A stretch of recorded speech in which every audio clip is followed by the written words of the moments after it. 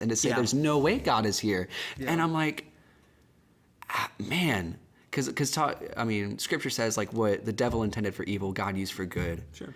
But it definitely works the other way around too, where it's like what God intended for good, bro, the devil grabs it, twists it, and perverts it, and turns it into something that's freaking, I mean, I hate to say satanic, like science isn't satanic, but Obviously. like, right, but it's like, it just takes all the joy from it. Well, I mean, all the hope from it. Well, here's the thing: is that here's kind of what I'm thinking about is like, you know, science is not the creator; it is creation, and it just boggles my mind that people could say, well, we have this creation here, and obviously they don't view it as creation, disproving a creator, right? Yeah. It's kind of like this thing is dependent, right? And if you talk to anyone, even right, the people who do science the most, who are the most well-educated on science, they know this. They know that science, at least in what we think of what science is, the word literally means knowledge, right? Okay. But Ciencias, it might be Latin, I think, yeah. Yeah, but it literally means knowledge. So,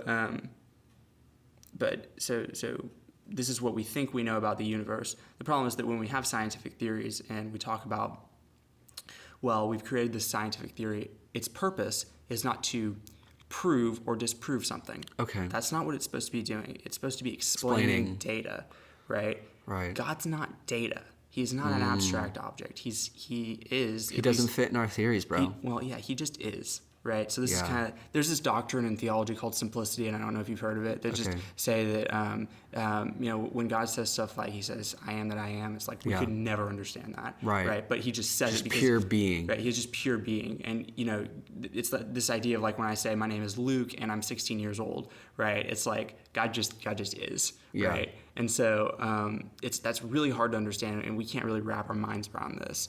But the idea is that if you're trying to take a theory, right? So abstract objects, a theory that explains physical molecules, and then disprove a mind, like that's just, it's so obscure that we look at the purpose of science and then what you're trying to fit it to do. It's like those two things are radically different. It's like the purpose of science is to take abstract objects like laws and use them to explain data. That's it. Okay? And so then we mold these abstract objects based on what we observe, right? And it just seems crazy to sort of use that, something to talk about a physical object, to disprove something that's not physical. Right? I mean... And I see, because I watch a lot of stand-up comedy, and I see comedians and, like, you know, satirical guys, they play around with religion all the time because it's a pretty easy target. I mean, between miracles and the Bible's pretty messed up in a lot of parts. Like, and I think they do this playfully, where either they'll look at the virgin birth, or they'll look at, you know, the flood or creation or like Sodom and Gomorrah, and they'll satirize it and stuff like that.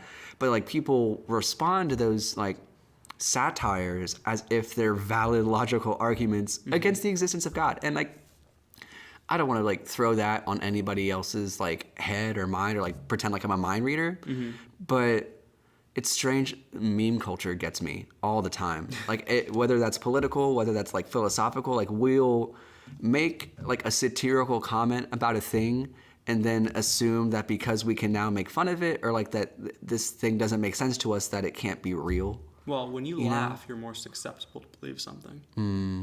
You're more relaxed. Really? Yeah. I believe that. That's why comedy is so effective, and that's why when it's done wrong, it can have bad effects. But that's like anything. Right. Well, and I think there is genuinely like a playful spirit, and I love comedy. I love comedians, and I think, you know, most of them aren't like super antagonistic, but again, just like it's a pretty easy target, or at least like just like the faith throughout history. We've done some pretty awful things, and it's like clear hypocrisy, and hypocrisy in of itself is irony. You know, the conflict of expectation, and that's what the rhetoric of comedy thrives on, is that irony. Okay. Yeah, so like I see that. I'm a little bit frustrated with it, but I laugh along because I know how playfully ignorant it gets. Yeah. Yeah, but it's... So I think you're saying it's kind of gotten out of hand, at least in some sense. I mean, you have to be... I know exactly what you're talking about, and I think like just people in general, we have to be very careful about taking something that means just so much, right, and it's imbued with so much emotion, so much life, and then pointing fingers and laughing at that, right? And I mean, it works the same with anything, but you know, even with like relationships with other people, right? Like, what is the target of most comedy? It's usually like sexual and relationships, right? And you know, if you do that long enough, and your views about relationships come down to comedy, then you're not going to be able to have deep relationships with everything because it's just a joke to you. And that's not what relationships are. They're not jokes. Yeah, and I think, I mean, I've done it. I'm guilty of this before. Like, I'm guilty of, like, I play devil's advocate all the time in terms of, like even intellectual conversation, because I love just, like, exploring. I feel like that's the best way to explore different ideas, is to just, like, go to the opposite extreme and see what happens, respectfully, of course. But I feel like there's just this definite culture of, like, trolling and memeing. And it's when that spirit of comedy turns into a worldview shaping mechanism. And it's a strange phenomena to me, because I think rationally most people would be like, here's all the proofs and here's the arguments and here's what we can look at, and certainly, like, God is still not easily observable or not easily measured. He's limitless.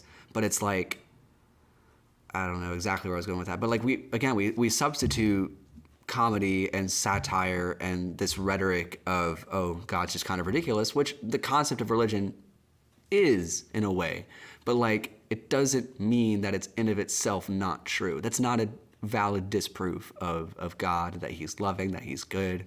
It's a comment and it's food for thought, but, like, you haven't sat down with the computer or run numbers. There's no standard, there's no method, there's no practice, there's no peer review there. It's just laughter.